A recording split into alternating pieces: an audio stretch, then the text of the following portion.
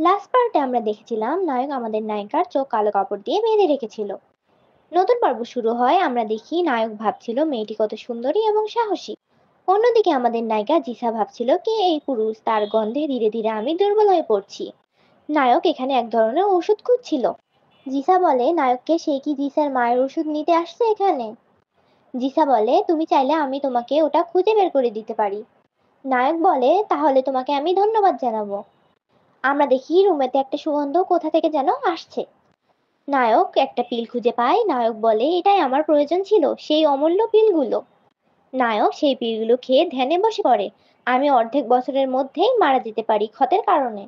নায়ক ভাবে এত সহজে এই মেয়েটি আমার পিলগুলো আমাকে দিয়ে দিল, কোনো কারণ তো আছে। নায়ক আমাদের নায়িকাকে মারতে চায়, কিন্তু আমাদের নায়িকা বলে আমি তোমাকে সব পিলগুলো দিয়ে দিলাম, কিন্তু তুমি আমাকে মারতে চাও এখনো। নায়ক বলে তুমি প্রতারণা করতে পারো, তাই তোমাকে মেরে ফেলাই ভালো হবে। নায়িকা বলে আমার কাছে যদি আরো বেশি শক্তি থাকতো তাহলে আমি তোমাকে এখনই মেরে ফেলতাম। নায়কের শক্তি তার কন্ট্রোল থেকে চলে যায়।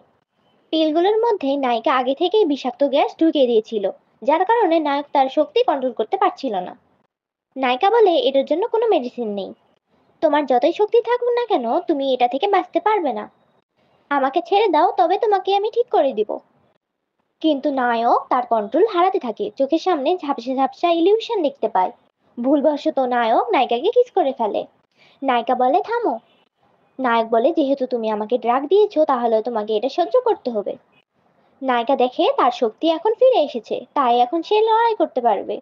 নায়িকা তার চুলের কাঁটা দিয়ে চোখের বেঁধে থাকা কালো কাপড় ছিঁড়ে ফেলে। নায়কের মুখে একটি কাটা দাগ পড়ে যায়। নায়ক তার সহকর্মীকে ডাকে। নায়কের সহকর্মী এসে আমাদের নায়িকার সঙ্গে লড়াই করতে শুরু করে।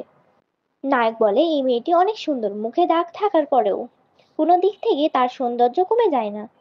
নায়ক তার সহকর্মীকে নিয়ে চলে যায়। নায়িকা বলে দুর্ভাগ্য, আমি তাদের মুখ দেখতে পাইনি। নায়কের সহকর্মী বলে সেই মেয়েটি আপনাকে ড্রাগ দিয়েছে, আপনার উচিত একে অ্যারেস্ট করা। একজন সার্ভেন্ট এসে নায়িকাকে বলে আপনার ফিয়ান্সে এসেছে। নায়িকা বলে আমি তো ভুলেই গেছিলাম, আগের বছরে আমি তাকে বিয়ে করেছি, তাকে দেখার জন্য আমার যাওয়া লাগবে। নায়িকা যখন এসে দেখে তার ফিয়ন্সে অন্য একটা মেয়ের সঙ্গে ছিল। নায়িকার সৎ বোন বলে আমি তো শুধু তোমার ফিয়ন্সেকে দেখতে এসেছিলাম। আমাদের নায়িকা তার বোনকে সে শাস্তি দেয়। ফিয়ন্সে তার সৎ বোনকে বাঁচিয়ে বলে তুমি এগুলো কি করছো। আমাদের নায়িকা ঠিকই বলে যে তুমি ভুল দেখছো, আমি ঠিক কাজই করছি। সবাই শুনে অবাক হয়। তার ফিয়ন্সে বলে তুমি একদিন ঠিকই আমার কাছে ক্ষমা চাইতে আসবে। দাসী বলে মিস আপনি কি ওনাকে যাইতে দিবেন। আমাদের নায়িকা বলে ওরকম লোকের সাথে কথা বলার থেকে না কথা বলা বেশি ভালো। ফিয়ন্সে সরাসরি চলে আসে নায়িকার বাবার কাছে, এসে বলে আমাদের মধ্যে কোনো ভালোবাসা নেই, আমাদের জোর করে বিয়ে দেওয়া হয়েছে, দয়া করে আমাদের বিয়েটা ভেঙে দিন। নায়িকার বাবা বলে তুমি যদি এভাবে আমাদের মেয়ের সঙ্গে বিয়ে ভেঙে দাও তাহলে আমি শহরে হাসির পাত্র হব। একজন এল্ডার বলে বিয়ে ভেঙে দেওয়াই ভালো। আমাদের নায়িকা বলে আমার মা যদি তাদের কখনো সাহায্য না করতো সে কখনোই আমার ঘর জামাই হিসেবে থাকতে পারতো না। আমাদের নায়িকা বলে এল্ডার আমি বিয়ে ভেঙে দিব, কিন্তু আমাকে 30,000 রূপার মুদ্রা দেওয়া লাগবে। তারা একটু রেগেই বলে ঠিক আছে, আমরা দিতে রাজি। দিয়ে ওরা চলে যায়। আমাদের নায়িকার সৎ মা ও বোন বলে তুমি এভাবে তাদের অসম্মান করলে ভবিষ্যতে তোমার বোনের বিয়ে দিতে সমস্যা হবে। দুইটি পরিবারের মধ্যে খারাপ বন্ধুত্ব হয়ে গেলে তখন তুমি কি করবে। জিসার বাবা জিসাকে ডেকে বলে তুমি বড় হয়ে গেছো, তোমার অনেক জ্ঞান হয়েছে, তোমাকে এখন একাডেমি পাঠানো দরকার। সৎ বোন বলে মা, বাবা তাকে অনেক ভালোবাসছে।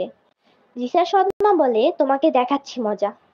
টাটা, সবাইকে লাইক কমেন্ট সাবস্ক্রাইব করিয়েন আর সবাইকে স্বাগতম।